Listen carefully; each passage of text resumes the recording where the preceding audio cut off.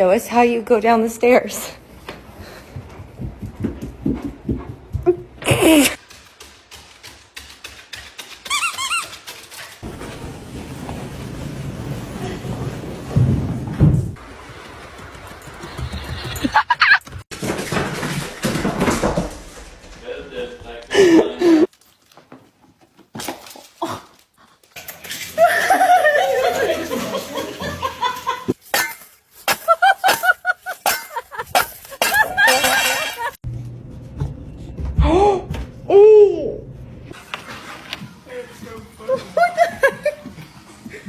Varsågod. Klink, jente. Gå på det.